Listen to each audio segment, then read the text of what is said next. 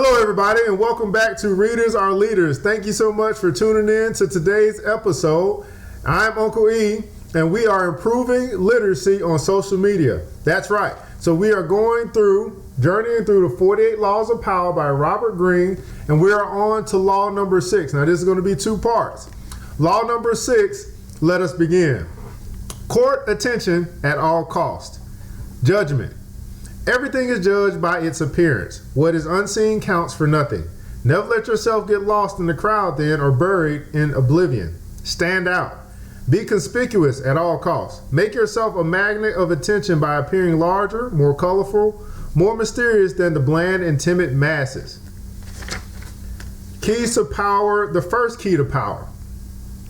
Burning more brightly than those around you is a skill that no one is born with. You have to learn to attract attention as surely as the lodestone attracts iron. At the start of your career, you must attach your name and reputation to a quality, an image that sets you apart from other people. This image can be something like a characteristic style of dress or a personality quirk that amuses people and gets talked about. Once the image is established, you have an appearance, a place in the sky for your star. It is a common mistake to imagine that this peculiar appearance of yours should not be controversial, that to be attacked is somehow bad. Nothing could be further from the truth. To avoid being a flash in the pan and having your notoriety eclipsed by another, you must not discriminate between different types of attention. In the end, every kind will work in your favor. Barnum, we have seen, welcomed personal attacks and felt no need to defend himself. He deliberately courted the image of being a humbug. The court of Louis XIV contained many talented writers, artists, great beauties, and men and women of impeccable virtue, but not one was more talked about than the singular Duc de Lizon.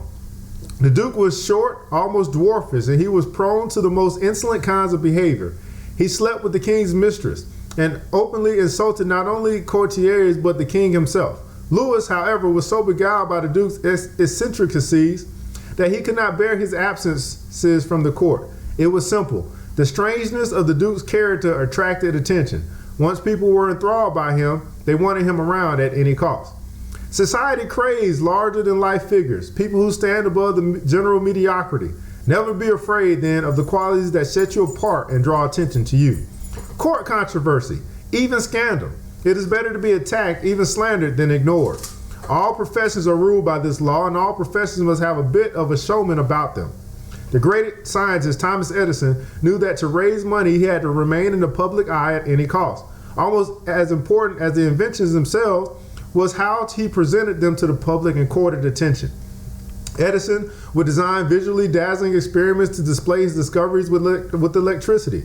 He would talk of future inventions that seemed fantastic at the time, robots, and machines that could photograph thought, and that he had no intention of wasting energy on, but that made the public talk about him. He did everything he could to make sure that he received more attention than his great rival, Nikola Tesla, who may actually have been more brilliant than he was, but whose name was far less known. In 1915, it was rumored that Edison and Tesla would be joint recipients of the year's Nobel Prize in Physics. The prize was eventually given to a pair of English physicists. Not only was it discovered that the prize committee had actually approached Edison, but he had turned them down, refusing to share the prize with Tesla. By that time, his frame was far more secure than Tesla's, and he thought it better to refuse the honor than to allow his rival the attention that would come even from sharing the prize. If you find yourself in a lowly position that offers little opportunity for you to draw attention, an effective trick is to attack the most visible, most famous, most powerful person you can find. When Pietro Aretino, a young Roman servant boy of the early 16th century, wanted to get attention as a writer of verses, he decided to publish a series of satirical poems ridiculing the Pope and his affection for a pet elephant. That attack put Aretino in the public eye immediately. A slanderous attack on a person in a position of power would have a similar effect. Remember, however, to use such tactics sparingly after you have the public's attention, when the act can wear thin. Once in the limelight, you must constantly renew it by adapting and varying your method of courting attention. If you don't, the public will grow tired, will take you for granted, and will move on to a newer star. The game requires constant vigilance and creativity. Pablo Picasso never allowed himself to fade into the background. If his name became too attached to a particular style, he would deliberately upset the public with a new series of paintings that went against all expectations.